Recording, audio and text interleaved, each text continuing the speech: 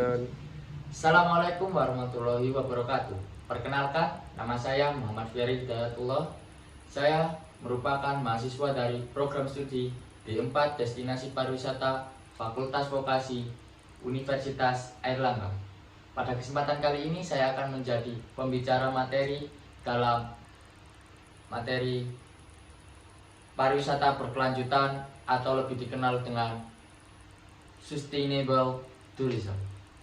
Baik, yang pertama, apakah teman-teman sudah mengetahui apa itu sustainable tourism atau dalam bahasa Indonesia pariwisata berkelanjutan?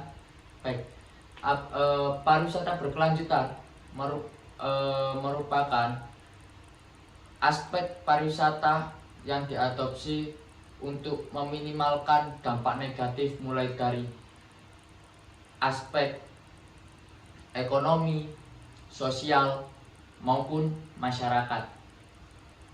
Selanjutnya, apa tujuan adanya pariwisata berkelanjutan ini, teman-teman? Ya, yang pertama, tujuan diadakannya pariwisata berkelanjutan ini ialah sudah kita ketahui dari pengertian pariwisata berkelanjutan ialah meminimalisir adanya dampak negatif terhadap adanya pariwisata. Ya, bisa kita uraikan bahwa dari dampak negatif ini kita harus menarik lebih dalam. Bagaimana caranya agar dampak negatif dari pariwisata berkelanjutan ini dapat kita minimalisir? Ya, salah satu contohnya ialah seperti transportasi yang lebih ramah lingkungan untuk pariwisata, akomodasi yang berkelanjutan. Seperti itu contoh sederhananya, teman-teman. Ya, untuk tujuannya sendiri ialah aspek ekonomi, aspek sosial, aspek budaya, aspek masyarakat. Jika tidak diminimalisir adanya dampak negatif, maka mereka akan tergerus oleh zaman. Mereka akan punah. Mereka tidak akan ada lagi berkelanjutan antara aspek sosial, budaya, aspek masyarakat ini, teman-teman. Yang kedua ialah tujuan dari pariwisata berkelanjutan ini ialah aspek lingkungan juga harus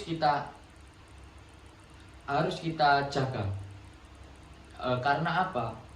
Untuk pariwisata yang lebih jangka panjang, seperti misalnya pelestarian lingkungan,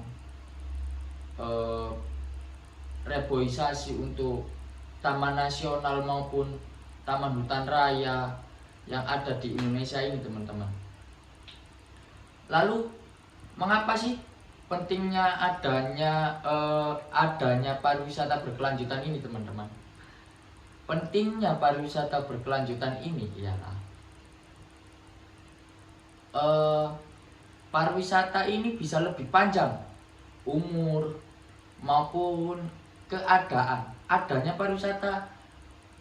pariwisata ini dengan mengonsep aspek pariwisata berkelanjutan, maka pariwisata ini akan jauh lebih berumur panjang, jauh lebih akan bisa dinikmati oleh anak cucu kelak.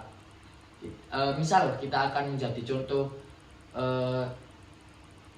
Taman Nasional Gunung Rinjani maupun Labuan Bajo.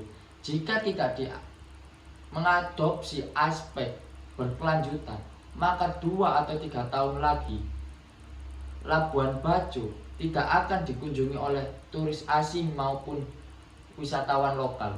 Mengapa demikian? Jika Labuan Bajo tidak menggunakan konsep pariwisata berkelanjutan, Labuan Bajo akan banyak sekali wisatawan yang berkunjung ke Labuan Bajo. Dan itu akan, yang pertama, merusak lingkungan yang merupakan wisata alam. Jika banyak sekali wisatawan yang berkunjung, maka banyak sekali juga lahan-lahan yang akan didatangi oleh wisatawan, lahan-lahan yang akan dirusak untuk akomodasi, untuk penginapan, dan lain sebagainya. Maka dari itu, pariwisata berkelanjutan sangat penting untuk kita lebih menikmati lebih panjang pariwisata ini.